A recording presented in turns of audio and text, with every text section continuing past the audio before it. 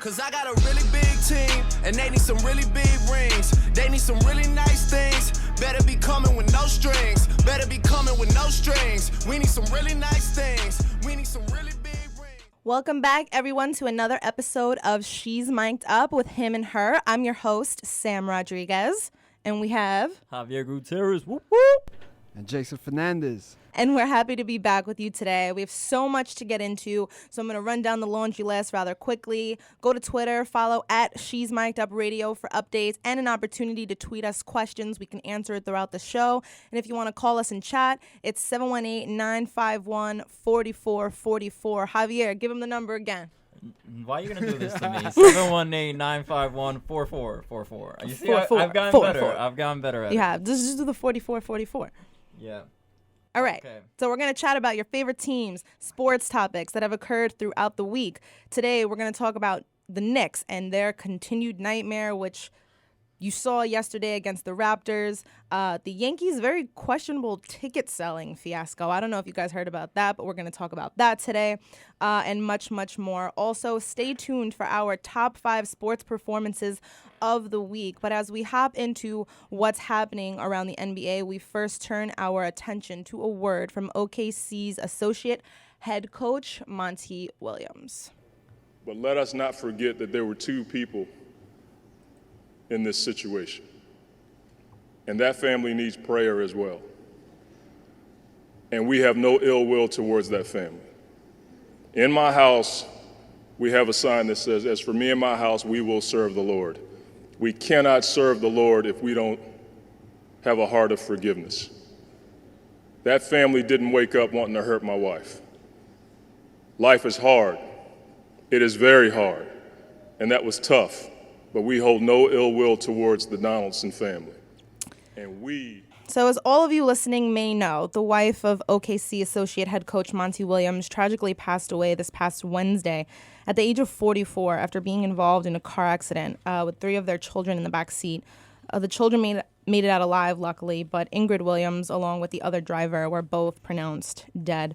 A lot of emotion swept the league upon hearing this news, and I just wanted to share this despite any other pressing sports topics that may have occurred this week, because Monty shared an incredibly powerful message, and that's the message of forgiveness. Like I said, so I wanted to open today's show with this, and I wanted to hear what you guys thought about it, because I think it takes a really big person, you know, in the midst of such a tragic accident to not only address their own suffering, but the suffering of another family as well. Yeah, it was definitely a powerful message. You usually hear like, oh, the sports stars side of it, and like, oh, like it's tragic that they died. But the fact that he even brought light to the other family and like really explained that you should also pray for them as well was something you don't really usually see, and it was really tremendous to see just how forgiving he was. You know, it takes a lot of courage to say, hey, I mean, it was no one's fault, and even if he feels some type of way, he's still able to forgive, which was awesome. It was great to see. I think it's good that he's staying strong because he still has 3 kids that survived, and he's going to have to be there for them. So he has to put on a strong face so they could get past this. So it's amazing what he did. I don't know if I could do that. Yeah, definitely. And it's crazy around the league. They had so much respect for his wife. Anthony Davis tweeted out, completely devastated. Ingrid Williams was like a second mother to me when I got to NOLA. My thoughts and prayers are out with Monte and the family. So it's like around the league, they had this sort of respect for him, respect for the whole family, and respect for her as well. So, I mean, it's really tragic. Kevin Durant teared up trying to talk about it. OKC actually honored her a few days ago with flowers and an empty seat in the arena. So that was pretty incredible. So sorry, everybody, to start with such a heavy topic today, but I thought it was definitely necessary. So on that note, I'm glad we had that very emotionally charged discussion. Get the emotions flowing. All right. Let's move around the league. We're gonna cry like that Met fan. So mostly, we're going to talk about the New York area and discuss what's going on with the Knicks and the Nets. We'll brush up a little bit on the snooze fest of a trade deadline that occurred briefly.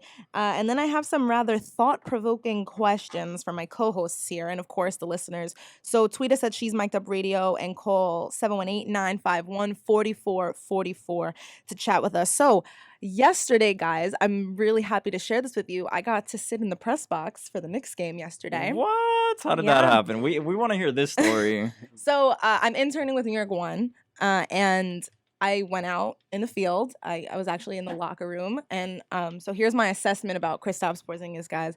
He looks really tall on TV. But when you're standing 2 feet from him and he's the same height as you when he's sitting and you're standing, he's even more taller. He's really tall. Like, it's almost alarming how tall he is. How was his personality? Well, they lost in not very good fashion yesterday, so he was a little upset. You could visibly see he was kind of ticked off. He actually got teed up yesterday during the game. He like smacked the ball down on the court out of frustration, nothing serious. But you know, you see a guy like Porzingis who's so great with the press and he's such a good spirit. He gets a tech and you're like, oh my gosh, what did he do? Did you ask him any questions? I didn't. Oh my gosh. I wanted to, but I was like just taking it in, and I was standing next to the sideline reporter, Rebecca Harlow, and I'm just listening to all her questions, and I'm just like in awe, like, okay, wow, so this is how this goes, So disappointed in you right now. I know. Don't worry. Next time I got my questions all ready. I'm going to be like, so, Kristaps, what was it like out there, the frustration, your first tech? What was it like? Tell me. She totally dreamt about this last night. I did. I went home and I was like, man, I should have asked this and that. All right, so let's talk about the Knicks. So the big news of the game, aside from the Knicks losing and pretty much pushing themselves further out of playoff contention, was Jimmer Fredette actually got some playing time. He was signed to a 10-day contract. He comes in with like 1 minute and 30 seconds left. And a lot of the Knicks fans actually stayed all the way to the end of the game despite the blowout just to see Jimmer play. I think it was the first quarter, actually, they were "We Want Jimmer" chants at the Garden. And they were very loud, which I kind of felt bad because Calderon must have been out there like, damn. Wow, I feel like, So he comes in, soon as he gets the ball, drains a 3. And like the Garden goes crazy. Knicks fans are so strange. Mind you, like I said, we're getting blown out by like 20. So, I mean, I'd be cheering too if I got a player finally that's somewhat decent. Yeah. And interviewing him was actually pretty great because he was so happy, to finally be in a Knicks jersey. It's like his lifelong dream, and he's been bowling out in the D League. So for him to finally get his opportunity to shine, even though he only got 1 minute and 30 seconds of shine, was really big for him. But my biggest issue with the game, what were you going to say? No, I was going to ask you, but do you think this is big for the Knicks? I don't know. It depends on whether or not Kurt Rambis wants to play him. One of the questions asked in the conference before the game was, do you have a plan to play him? And Rambis was like, I don't have a plan to play him. It really depends on how the game goes. Now, to my mind, we were down, 20, 25 points in like the second, third quarter. Why not put him in then? Obviously, Calderon and Sasha weren't going to stop Lowry and DeRozan, so why not give Jimmer a few minutes to shine, see what he can do in that time. And if you go down by 30, well, that's 5 more points than you were already down anyway, so whatever. My biggest issue with the game was, though, Robin Lopez has been playing tremendously these past 2 games. Against the Timberwolves, I believe he had 26 points and 16 rebounds. And then last night, he had 21 points and 13 rebounds to finish the game. In the first quarter alone, he had like 16 points. Then he disappeared the entire second quarter.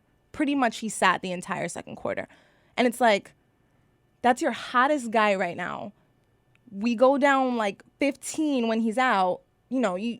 Rambis doesn't look like he's making any better substitutions than Fisher was, personally. The only thing I can say about Rambis that Fisher didn't do was Rambis make sure that there's always a starter on the floor and doesn't put in a completely different second unit like Fisher did.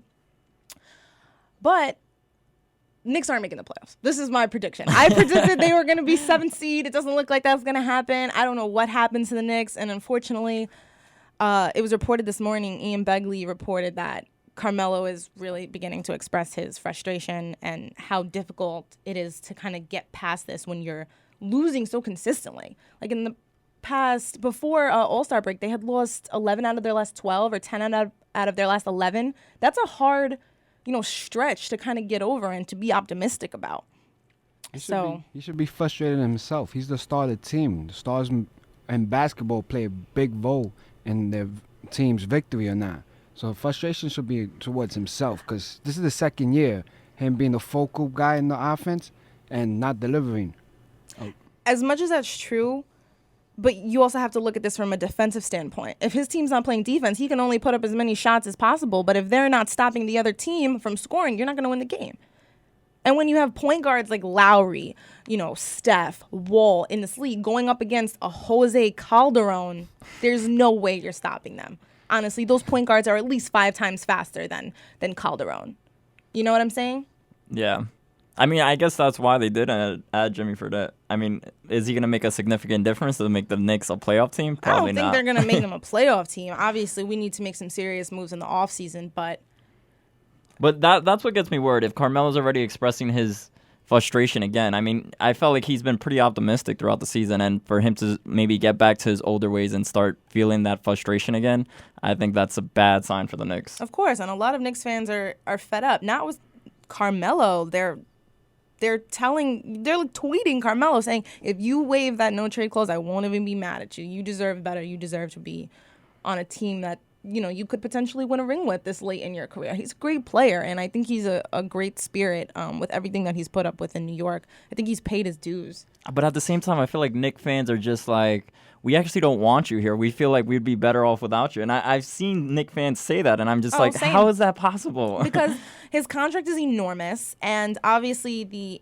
Melo era here in New York hasn't been successful. So they want to get rid of him. They want to they want to build a team through the draft, essentially.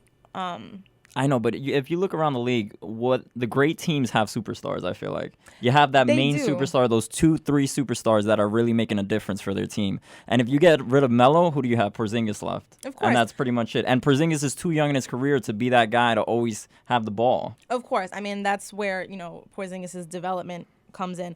But then you look at a team like the Warriors. Yeah, they have Steph, but they got Clay, Draymond, Harrison Iguodala. Barnes. They got them all through the draft. So, I mean, how lucky do you get there? But, it really depends on the prospects coming up. So, the Knicks are the Knicks, as we currently know them. She's gotten so pessimistic. It's crazy. Because I saw that game last night, and it was crushing. Like, to win, we got that win against the Timberwolves, and I saw the way Robin Lopez played, and Carmelo Anthony had a big game. So then you come back to the Garden. That's the problem. You're getting blown out by 27 points in the Garden. That should not happen in your home. I'm sorry. It's embarrassing at this point. Well, way to go on a limb saying that the Knicks aren't going to make the playoffs. They're not. They're not. I'm unless every other team in front of us, because we dropped to the 13th seed now. Unless every other team in front of us starts losing games and we go on like an incredible hot streak, it's not going to happen. But speaking of, getting draft picks and the trade deadline and everything, I did have a bit of an issue with Knicks fans currently because nothing happened at the trade deadline. We know that. You guys saw me in class, or Javier did, and I'm staring at my phone on trade deadline day like, seriously, Knicks? Seriously, Knicks? Even though I knew nothing was going to happen because clearly we didn't have the assets to do it. But my issue with Knicks fans was that in the offseason, when we got players like Robin Lopez, Aaron Aflalo, Kyle O'Quinn, for the prices that we got them at, every Knicks fan was praising Phil. They're like, oh, he didn't throw a max contract at a guy like Greg Monroe, who isn't working out that well over in Milwaukee. And now that the trade deadline passed and we didn't get anything done, Knicks fans want to bash Phil. And it's like, you guys can't, have your cake and eat it too. If you're going to praise him in the offseason, and I think Robin Lopez was a great pickup, as I just pointed out, the way he's been playing, he's been one of the most consistent Knicks. You can't bash him when things don't pan out at the trade deadline. And it's not like we're the only team that didn't do anything. There weren't that many trades. It was pretty boring. Yeah, but I think it's New York, so we're always expecting like a big move from the Knicks, and we're always expecting a big move from any New York team. To see nothing happen and your team still struggling, it's just disappointing, And if you're gonna get rid of, I'd say, Derek Fisher midway through the season, why not? Doesn't it feel like, all right, we want to make a big run, so we got to get rid of Fisher now because maybe we want to do something in the next half of the season, and then you don't get any players? I just feel like, then why get rid of Derek Fisher in the middle of the season and not wait to the end?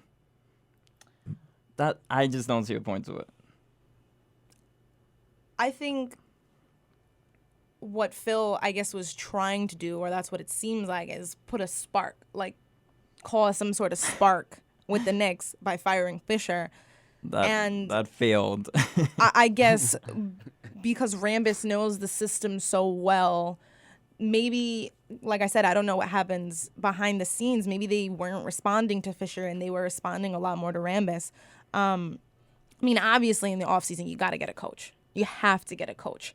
And you have to get players. Otherwise, this team is going absolutely nowhere. And if we don't get a coach and some players, Carmelo is out the door. That's literally what I'm beginning to think. And I never, ever thought that. You know how much I think Carmelo is dedicated to New York. But, that dedication comes with a price because this is ridiculous. It's one thing to, just have a losing streak. It's another just to be an all-around disaster of a franchise. But you got to look at them where they came from last year. They were really terrible. They're not that much better. But this year was supposed to be a building year, a rebuilding year. It's a process. You can't go from losing that many games last year to making the playoffs this year, especially with the move that you guys made. This was supposed to be a learning season, and the realistic Knicks fans expected this. The ones that are just diehards, just want a winning team, sorry, Samantha. No. That's honestly, I agree with you. And going into the season, I had zero expectations. I was like, I'm just going to go into the season and see what happens and see how these players gel together. Hey, your bracket didn't say that. But honestly, when we were only, like I said, maybe a game or two out of the 8th seed, and we were playing phenomenally well together considering this team had never played together before, your expectations start to get a little higher because you're like, okay, this team can compete. And then I don't know what happened. We went on a severe losing streak, and then you start to question everything, which is what's going on right now. The Knicks did things backwards. If they would have started off slow and build up, instead of starting off so hot, it would have been more of a, right now you would be praising the Knicks instead of like, oh my gosh, what's going on? Now they're playing with lack of effort, getting blown out. It's just a process that needs to continue going forward next year. In this offseason with the salary cap, more money for teams to spend, it's going to be a big offseason for the Knicks because they don't have a draft pick. That's another thing. Speaking of that, one thing I do have to commend Phil for, even though I'm not the one bashing him, it was reported that Phil was absolutely unwilling to give up the 2018 first rounder. And I think that shows a lot on Phil's part, like, hey, no more giving up these first round picks because it came back to haunt the Knicks full force. Andrea Bargnani, that is coming to haunt us right now because we don't have a first pick this year because of what we gave up for Bargnani. And speaking of that, the Nets didn't really make any trades either, but they did hire Sean Marks, and the first thing he did was waive Andrea Bargnani. So it looks like the Nets are heading in a nice direction too with that move. They actually play Dame Lillard and the Blazers today, and you might be hearing Dame's name a little later in this show. But let's move on. So I have 2 questions of the day.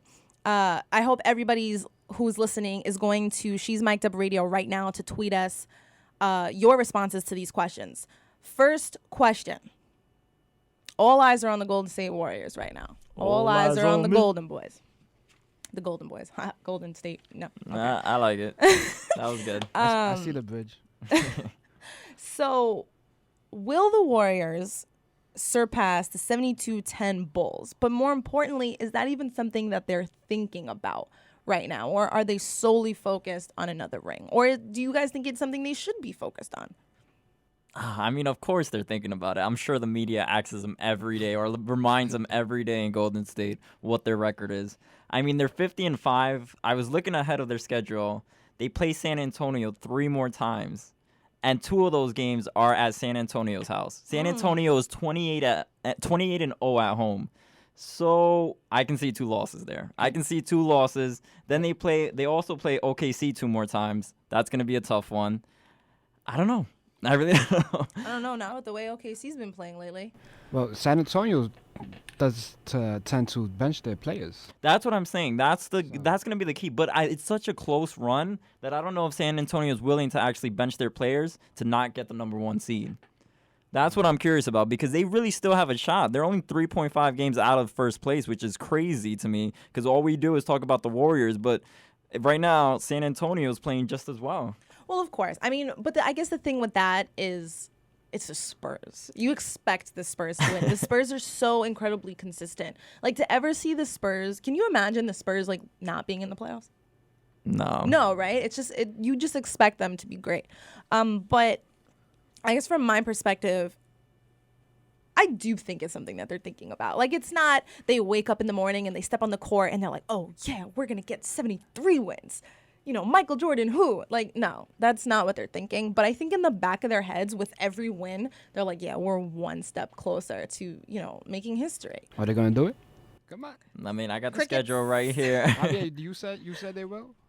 I'm looking at the schedule. I feel like the only two tough teams they're going to play is San Antonio and OKC. And they've beaten them both before. But they play San Antonio 2 times at home, and San Antonio is undefeated at home. So I think they could lose those 2 games. And I just feel like at one point they might go on a little losing streak. I keep saying like, oh, they'll lose a couple games, and then they never lose a couple games.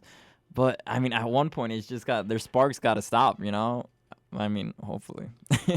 I mean, but the thing with the Warriors that's so incredible to me is that, you know, if Steph's not hot, Klay's hot. You know, if Klay's not hot, Steph's hot. And then Draymond's hot. And then this one's hot. And it's like they feed off of each other. So even when one weapon isn't working, the other one is backing the other one up. So it's like, I don't know. I think they are going to do it. I think this team as a whole team is better than the Chicago Bulls. Wow. Because the Chicago Bulls of 95 and 96, they had Michael Jordan, Scottie Pippen, and Dennis Rodman. Steve Kerr said that they should have lost 8 to 10 games that night because he was on that team too. But the only reason why they didn't lose because Michael Jordan single-handedly won those games. That's how great Michael Jordan is. But Golden State Warrior as a team is better because they have 2 starting fives on their team. Once Steph Curry, Klay Thompson, Draymond Green comes out, you got Andre Iguodala and Sean Livingston, who's a really good player from coming out of college. The injuries, MCL and ACL in one play, I mean, he basically tore his leg up. Yeah. But the whole team is better if you look at it player by player to the Bulls. And the way the Warriors play is dictating how NBA teams are going to play going forward. And I don't think that any team could stop them, and I don't think they will lose because it's on their mind. They keep getting asked, and they still have a real good chance of doing it. Spurs, I think they're going to beat them because I don't think the Spurs are going to play Tim Duncan. Yeah. So, and OKC might be a good one, but I think Stephen Curry feeds off that challenge and makes him even better, I think, and then makes the whole team better. And Stephen Curry, I'm going to go on another limb and say he's the best player in the NBA. Defending champion. I don't know if that's a limb anymore. Yeah, honestly. I think it's expected now. I've been saying it all season. Everybody's saying LeBron James. All of a sudden now it's not a problem. No. Stephen Curry, the defending MVP, and he's playing. They said the Players Association voted James Harden as MVP last year. So you know what's funny? So did I at a certain point because I guess you were looking at, well, from my perspective, I was looking at the team that Harden had to carry. And he had a phenomenal season. I don't know what happened to the Rockets this season, but for sure, Curry's for MVP again. And you don't think that's on his mind? That's just extra motivation for him to prove that his MVP and for him to beat Michael Jordan's Bulls record. There's no denial about him and his team anymore. Mm-hmm. And it's so crazy because Steph Curry usually doesn't even play in the fourth quarter. So for him to be putting up numbers without even playing in the fourth quarter, it's insane that he's going to win MVP. And to have improved from last season, he was amazing last season. For you to be able to improve that much is like, come on, man. Yeah. I don't. At this point, I don't know if you can say, "Oh, LeBron's the better player." No. Let's move past that already. Well, you know, everybody talks about Golden State in the offense and the threes, but they play really good defense too. So that's something you got to try to score on them, try to keep up with their threes. Yeah. Well, okay. So that was the first question. We knocked it out the ballpark. Dunk. Second question of the day. We're on Periscope currently. She's Mic'd Up Radio. And if you want to chat with us on air, 718-951-4444. Second question of the day. Gary Payton, former Seattle Supersonic, recently stated he could not play for today's, quote, soft NBA, which is a viewpoint I'm sure many of the older fans feel about the NBA. So the question is, NBA fans listening, and of course, Jason, Javier, Do you prefer the highly physical play and toughness of, let's say, the 80s, the 90s, or do you prefer the NBA as it is today, centered around, handle and 3-point shooting? I liked it back in the days because they didn't like each other. That's true. So there was a lot of going at each other, going hard, and physical play, and it made it difficult for teams to be powerhouse. Mm-hmm. Nowadays, it's everybody's friends. Mm-hmm. Stop that already. I don't need you to be friends. Go, they get 5 good shot or nice dunk. Come on, just go at each other and save that for another. After when you retire, you could be friends. Go play golf. But Gary Payton is also saying that because he'll get fouled out real quick. He would. he said he's like, all of my salary would go to fines at this point. But I completely 100% agree with Jason. This is a conversation me and my dad have a lot. And obviously my dad grew up in that more physical era of basketball. Like when people say, oh, I want Carmelo Anthony and LeBron to team up. I don't want to see them all friendly, like giving dab to each other. No. I want to see them play against each other. I want to see LeBron try to defend Carmelo. I want to see LeBron dunk. I don't want to see LeBron dunk Carmelo. But you know what I'm saying. And as much as I imagine it's for safety purposes as well, there's no rivalries in basketball anymore. Like, it's weird almost. I mean, don't get me wrong. I love, like, seeing Steph do what Steph does. Like, that focus on 3-point shooting, even though obviously basketball is a lot more than that. But I think I kind of prefer that physical play more as well. The team I see that, I'm sorry, Javier. The team I see a lot of people hating, and for some reason, the Clippers. Because they're Showtime. They acrobatic, and a lot of teams don't like that. And I like that. I love that. Chris Paul's an old school player. He gets on people's nerves, and that's great. He doesn't want to be friends with you. He wants to beat you. Even though... Yes and no, because like when you Chris Paul and Carmelo Anthony and LeBron James and Wade, the 4 of them are best friends. They go on vacation together. You didn't see the picture of them on the banana boat together? And at that point, you're just like, really? No, but I think you could be friends off the court, but be competitors on the court. And I feel like the basketball we see now is amazing. Like, I don't want to see less 3-point shots. I don't want to see like a crazy pass to an alley-oop or something like that. I love watching the basketball now. And I mean, I personally never really watched 80s and 90s. I could say I watched a couple games, but nothing too much. So maybe I didn't see the amount of physicalness. But I always feel like this is a thing where we're always going to look in the past. And we're always going to look in the past and we're going to say, oh, this was like this. The league was better back then. But I feel like it's all relevant. And I still see some toughness from players. And you see people get in each other's faces sometimes when there's a lot of contact and stuff like that. So I think it's more of a generation thing. Like, hey, my generation was better than your generation. But at the end of the day, all generations are different, you know. But the NBA didn't have to change the rules. Like the NFL, they changed the rules for safety.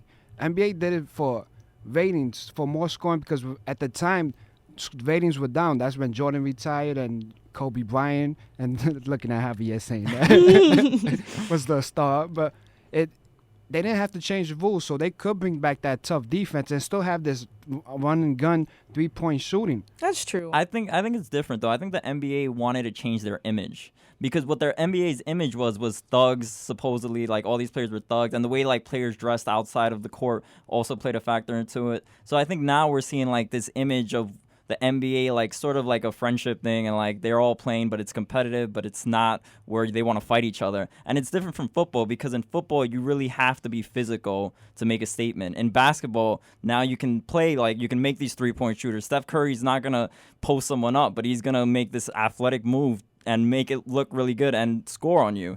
So I think what the NBA is trying to do is change their image, and I think they successfully changed their image. I think I'm sorry, Samantha. No, I think Stephen Curry would be able to play in the 90s because the way they play was up close, and Steph Curry would break a lot of ankles. That's true. LeBron James, I don't think he could be able to handle that because he's a physical player. Go ahead, argue. Come on, give me an argument back. You think so? I see that reaction. I think it would be really actually very funny to see LeBron play in that style because he complains now about these fouls. And I'm just like, dude, you barely got touched, man. Relax. He would get hacked back then. But back to what Javier said, I really, really agree with your point about trying to change the image. Because, when you have guys like, Bad Boys of Detroit, you have the Knicks with Oakley and Mason. I mean, to me, as amazing as that is to go back and watch, like if you've ever watched the documentary about those Pistons, it's a great documentary. Yeah. You have to go watch it. But sports have to change. Things have to evolve. You can't always stay at a standstill. So, on that note, are we done? I guess we're done. We're done? I remember a lot of fights back in the 90s. And Yo, remember Ron Artest going into the crowd? I'm sorry. That's insane. How about, do you remember the fight that broke out in front of David Stern against the Knicks and the Bulls? JoJo English? Yes.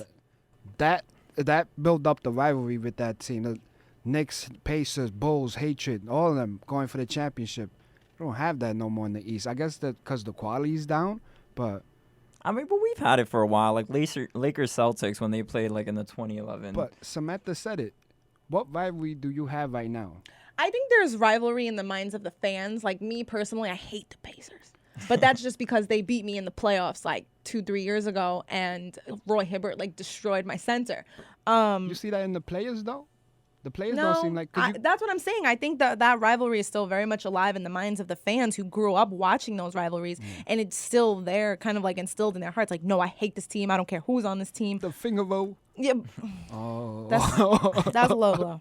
I do feel like it's different though, because when like in baseball and football, when you have a team in your division, like it's a real rivalry, and when you have a team in your division in basketball, I feel like it's really not that important. No, it's not that big anymore, and I think at least that particular aspect, just that rivalry, that mental rivalry, it's a shame that you don't have that anymore. I think it makes things way more competitive. But maybe they do have it in the minds of the players. I mean, I'm not a mind reader, but... No, but it would show out there. I mean, anytime the Red Sox come to Yankee Stadium, it's a huge deal. Oh, yeah, for sure. Exactly. For sure. Okay. Patriots and Jets. Yeah, exactly, yeah.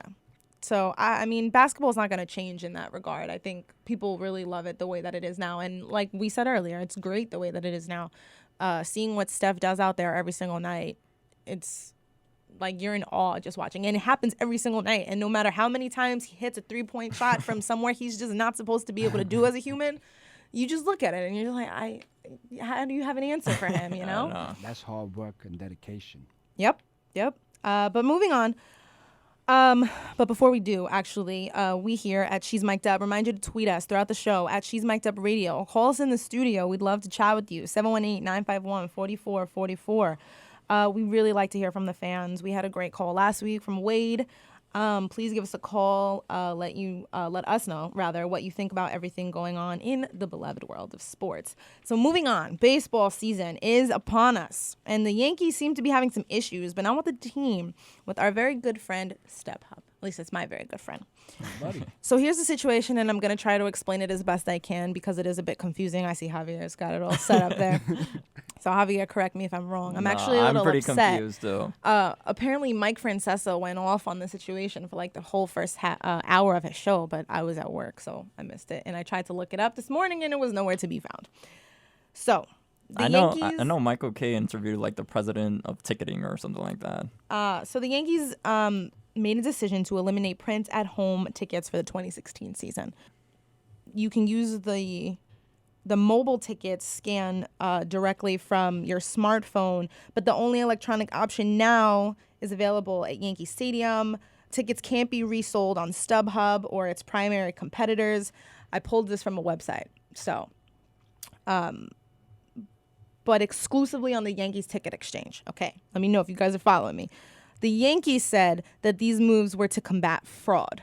Okay, now, do you think this is really what the Yankees are trying to combat, or is it more of like a ploy to take control of the resale market? There's a whole bunch of angles here too, so take it away.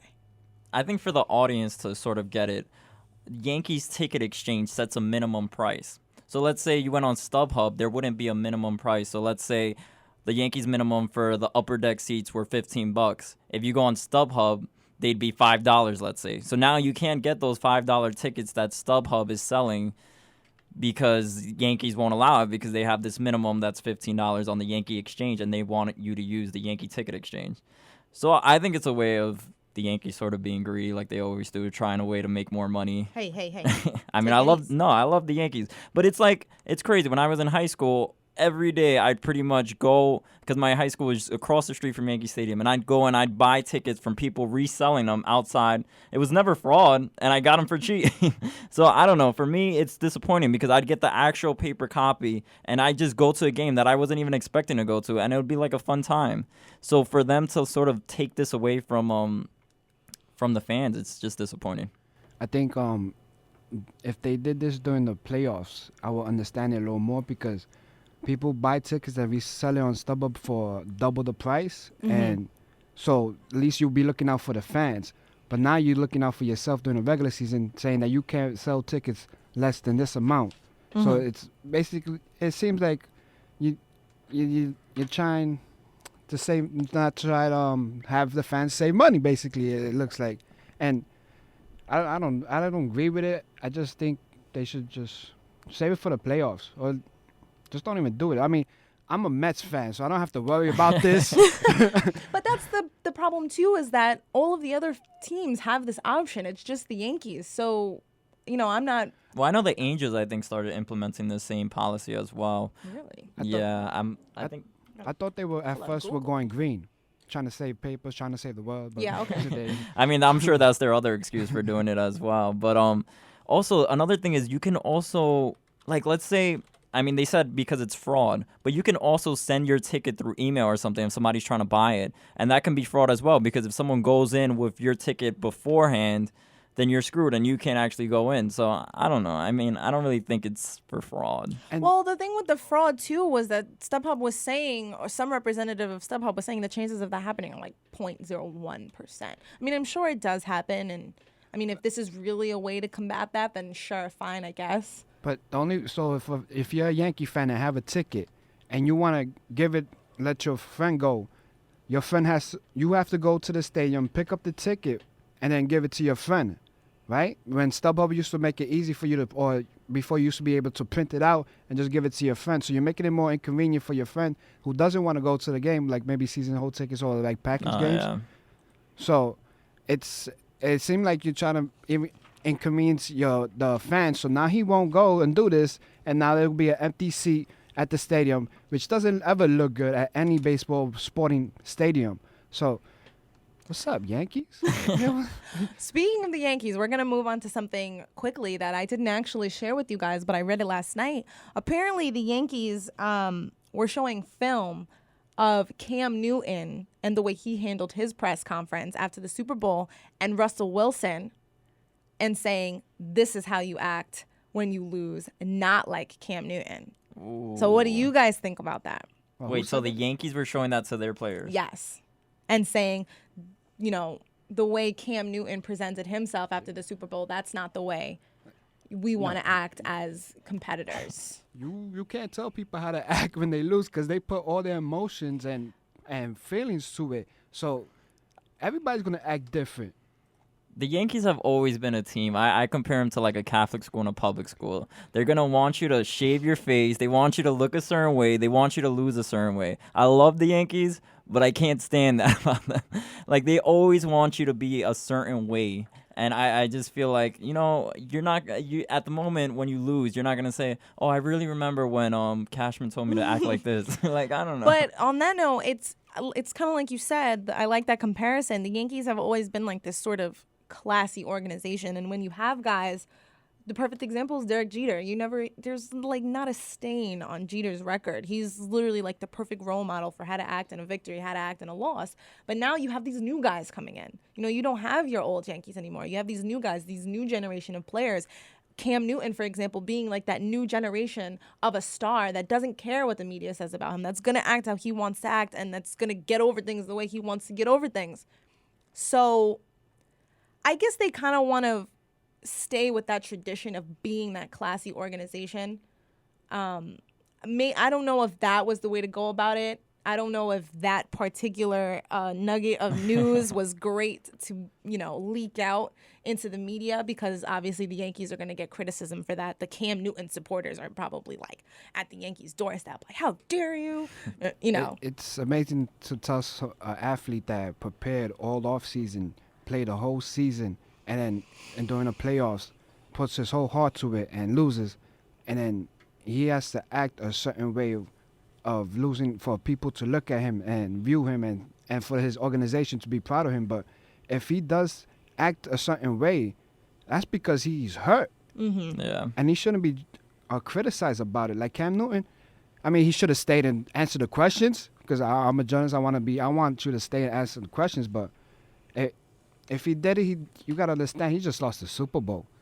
And he's standing by it, too. So that's even great. I think it's kudos to him. And Yankees should let their players have some leash. Give them some leash. However, one thing I do have to say about that is that, Cam Newton is a superstar. He's his own individual. I think with baseball, you don't have that as much. It's more like a team effort. Like there's no particular star on the Yankees right now. I mean, we have A-Rod, but that's in passing. You don't want to say that. you understand what I'm saying. So to me, it's like the way Cam Newton represented himself. Don't get me wrong. Like I said, I've been supporting Cam Newton since that day. Lately, my opinions have changed on it a little bit, only because when you watch the way the rest of his teammates responded, it's like, come on, Cam. Yeah. It almost seems like all the attention is on Cam, but what about the rest of his team? They handled it very well. Josh Norman handled it very well. Well, I think so anyway. But I don't think it doesn't work that way with baseball. It's not going to be that one star in the corner. It's going to really be a team effort in how they respond to winning or losing. That may be different for the Mets, because the Mets, they will go to Cespedes and DeGrom or Harvey. Yeah, but even then, you have like a little bunch of stars there. The go-to guy. Yeah. So, okay. That's what's going on with the Yankees. As more unravels during spring training and baseball season draws near for both the Yankees and the Mets, we'll keep you updated. Don't worry, Jason. We're going to have plenty of Mets news coming up to talk about. So coming up, we're going to have the top 5 sports plays and performances of the week. Tweet us your favorite moments of this week. Please tweet us and guess which play is number 1 for this week. So now we're going to get into Ronda Rousey and her recent comments that she revealed on the Ellen DeGeneres show. Honestly, like my thought, I was like in the medical room, and I was like down in the corner. I was sitting in the corner, and I was like, what am I anymore if I'm not this? And I was literally sitting there and like thinking about killing myself. And that exact second, I'm like, I'm nothing. I'm like, what do I do anymore? And no one gives a shit about me anymore without this. And then, to be honest, I looked up and I saw my man, Travis, was standing there, and I was looked up at him, and I was just like, I need to have his babies. I need to stay alive. All right, so that was a cute little moment at the end there, despite how heavy that topic really is. But something I found really interesting is that Rousey's actually getting a lot of criticism for revealing this on Ellen, because it doesn't seem like, because in the back of my head when I heard this, I was like, man, I wonder if she got a lot of hate mail or criticism from the fans. But it doesn't seem that way. It seems more just like she said, if she doesn't have an undefeated record, then what is she? And that's alarming to me. But a lot of the criticism that she got had to do with the message that she's sending to kids. I mean, I could see where it's coming from. So I'm guessing the message that people are saying she's sending is that if your identity is how you're good at sports, or what you are, what sports means to you, and if you're not good at it anymore, then you don't want to live anymore.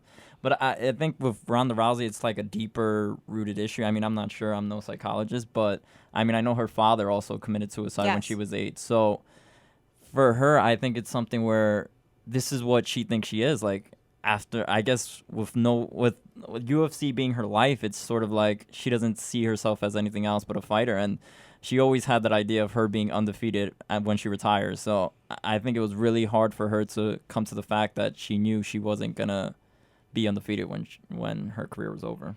I think she needed to suck it up, man. She went on a very good spree of winning, and she done movies, a bunch of interviews. Even after she lost, she went on a bunch of interviews. So it didn't affect her reputation, but I think that since she didn't know how to lose or never experienced it, she didn't know how to handle it. Mm-hmm. And she was so confident she was going to win as well. So that's a champion. That's a mentality too. Right. But now that she got knocked down, it's not about how you get kicked down, but it's how you get back up. Okay, with the Rocky quote. Adrian!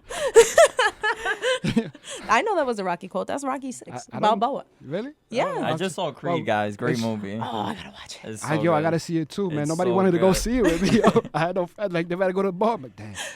Oh my gosh. I know that Holmes just said like 2 hours that she doesn't pity the suicide talk from Ronda Rousey. I'm talking about. wow. So That's it's, what I'm talking it's about. gonna get pretty intense for that She's fight. a fighter. Listen, I think personally, if she did have those thoughts, I think she probably should have just kept it to herself. I don't think she should have went on national television and said that, because I get what the criticism is. The message being sent is that it's almost like losing is like equated with, okay, well, now I'm nothing. And no, that's not how it works. That's why I really love, in boxing, for example, I'm a big fan of humble fighters.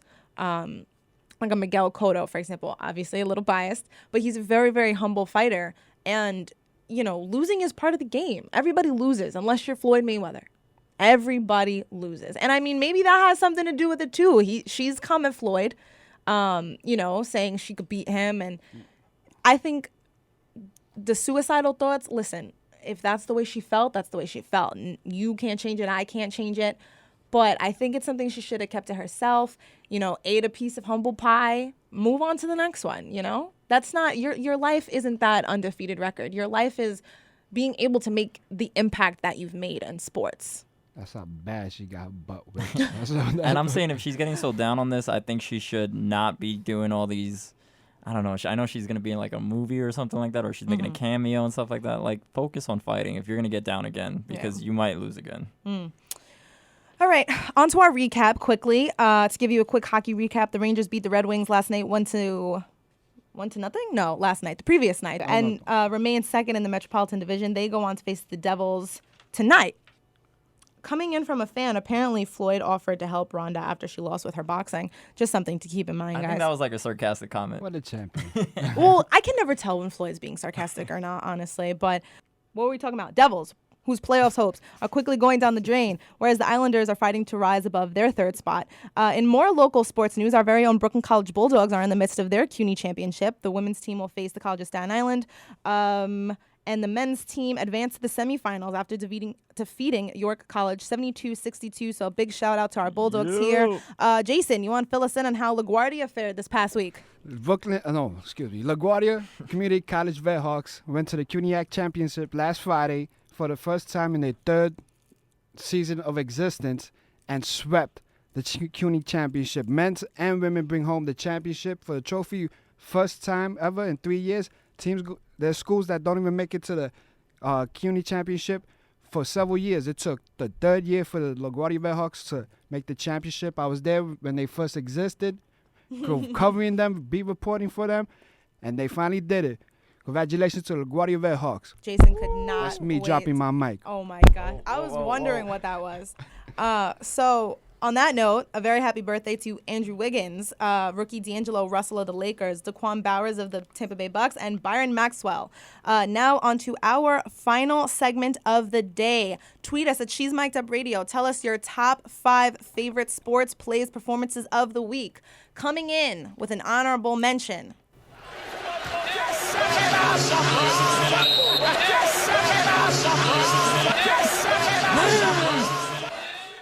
Okay, so if nobody heard that or saw it, when the Cavs played OKC, there was a woman in the front seat, apparently worth a lot of money, mind you, who said, "Just suck it up, LeBron." That was great. After he complained about a foul. That's nothing new, so I really appreciate this woman, guys. Just suck it up. I really do. Just suck it up, LeBron. How old was she?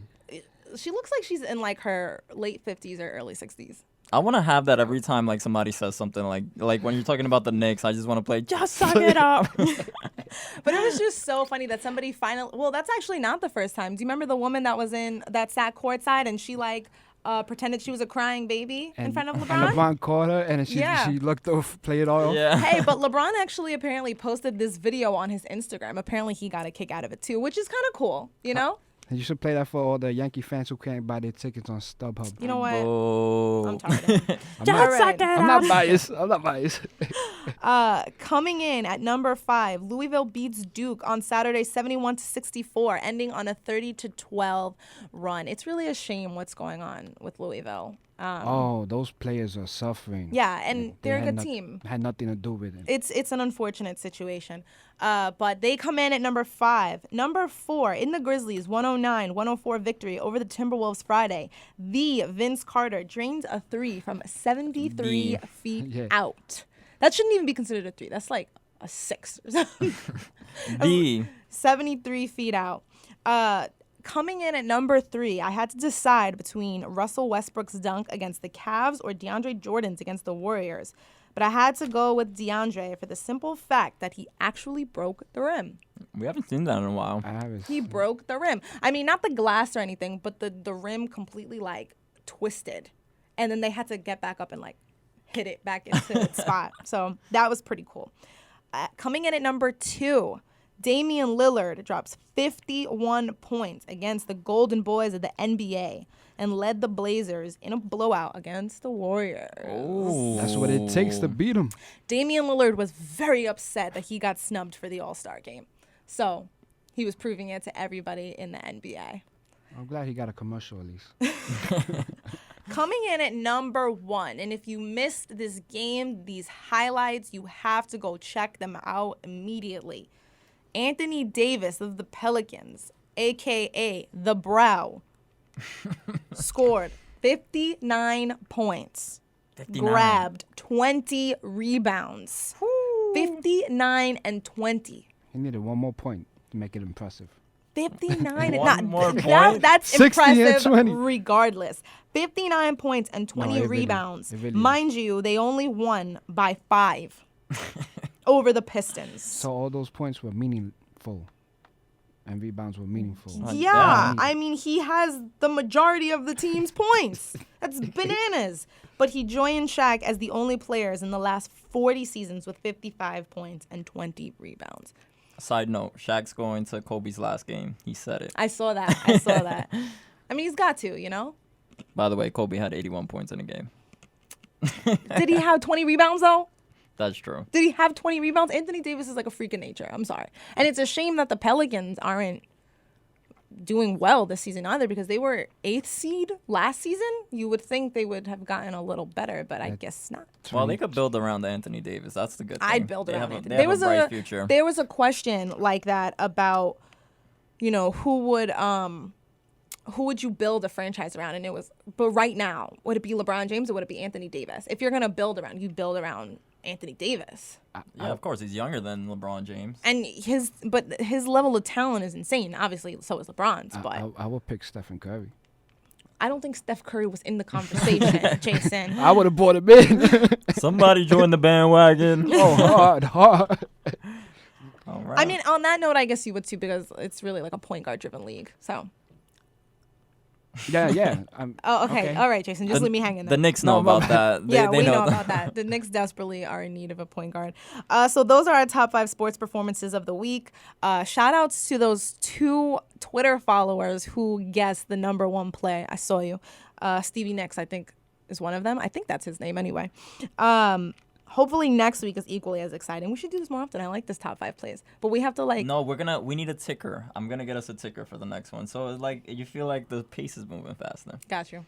I'm sorry. I just told the tricks. And you to have the background music too, right? But Yeah. we have to, converse about this. We gotta switch all. All right, we'll talk about this after the show. Yeah, we'll talk about, okay, but we'll figure it out. So, like I said, hopefully next week is equally as exciting because clearly we had some very incredible moments, some incredible stat lines. LaGuardia Redhawks, Oh, boy. champions, Cuniac. Listen, Jason. I would love to see them play Brooklyn Bulldogs. We would destroy them. I don't We know. have a good team. I don't know about that. Okay. Hopefully Jason gets out to that game so he can write for the paper. But once again, thank Kingsman. you guys for tuning in to another week of She's Mic'd Up Radio with myself, Jason, and Javier. Jason, shout out your show so everybody listens. Sports is an oxygen tank. I got to work on that. Sports is an oxygen tank hosted by Jason Fernandez. Here's a slogan, time to breathe.